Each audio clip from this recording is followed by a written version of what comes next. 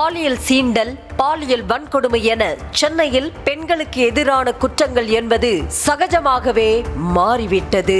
31 நாட்கள் கொண்ட டிசம்பர் மாதத்தில் மட்டும் சென்னையில் பெண்களுக்கு எதிராக 24 குற்ற சம்பவங்கள் நடந்துள்ளதாக புள்ளி விவரங்கள் தெரிவிக்கின்றன. பெண்களுக்கு எதிரான குற்றங்களை விரல் விட்டு எண்ணும் காலம் மாறி குற்றங்கள் பதிவாகாத நாட்களை விரல் விட்டு எண்ணும் நிலை உருவாகியுள்ளதாக விமர்சிக்கப்படுகிறது. 2024ஆம் ஆண்டு டிசம்பர் முதல் 2025 ஜனவரி 6ஆம் தேதி வரை சென்னையில் பெண்களுக்கு எதிராக நடந்தேறிய குற்றங்கள் குறித்த விவரங்கள் கிடைத்துள்ளன. அதன்படி டிசம்பர் 4ஆம் தேதி பெண்ணுக்கு மாநகர பேருந்தில் நேர்ந்த பாலியல் சீண்டல், மனவளர்ச்சி குன்றிய கல்லூரி மாணவி கூட்டு பாலியல் வன்கொடுமை என பெண்களுக்கு எதிரான குற்றங்கள் நீள்கிறது. அழகு நிலையத்தில் கல்லூரி மாணவியை தாக்கியது, குழந்தைகளின் ஆபாச வீடியோக்களை சமூக வலைதளங்களில் பதிவிட்டது, கல்லூரி மாணவியை காதலிக்க வற்புறுத்தி மிரட்டியது, பொது இடத்தில் பெண்ணுக்கு பாலியல் தொல்லை, பெண்ணை தாக்கிய ரவுடி என லிஸ்ட் நீண்டு கொண்டே போகின்றது.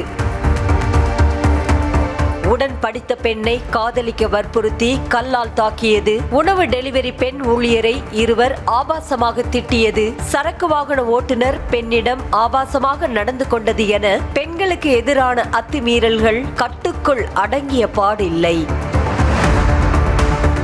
அந்தரங்க வீடியோக்களை வெளியிடுவதாக கூறி காதலியிடம் பணம் கேட்டு மிரட்டிய காதலன், வரதட்சணை கேட்டு மனைவி, மாமனாரை தாக்கிய கொடூர கணவன், சமூக வலைதளங்களில் குழந்தைகளின் ஆபாச வீடியோக்களை பதிவிட்டது, பெண்ணை தாக்கி ஆபாசமாக திட்டியது, பெண்ணிடம் தவறாக நடக்க முயன்று நகையை பறித்தது, பேய் ஓட்டுவதாக கூறி இளம்பெண்ணுக்கு பாலியல் தொல்லை கொடுத்தது என சொல்லி மாள முடியாத அளவுக்கு அடுக்கடுக்காக நடந்தேறியுள்ளன.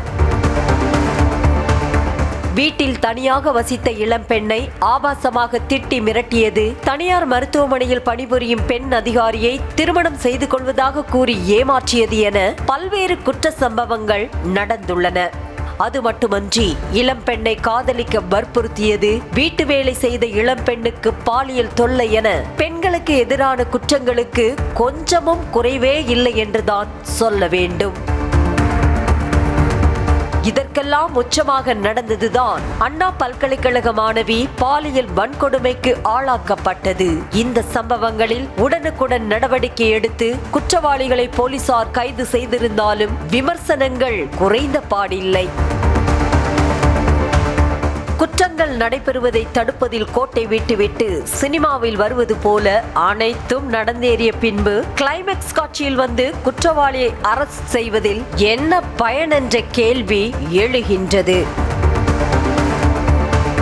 சிக்னலுக்கு சிக்னல், போக்குவரத்து விதிமீறலில் ஈடுபடும் இருசக்கர வாகன ஓட்டிகளிடமும் இரவு 10 மணி ஆகிவிட்டால் பிரீத் அனலைசரை கையில் எடுத்துக்கொண்டு கார் ஓட்டிகளிடம் கடமையை காட்டும் போலீசார் குற்றங்களை தடுப்பதில் மட்டும் மெத்தன போக்குடன் செயல்படுவதாக விமர்சனம் முன்வைக்கப்படுகிறது.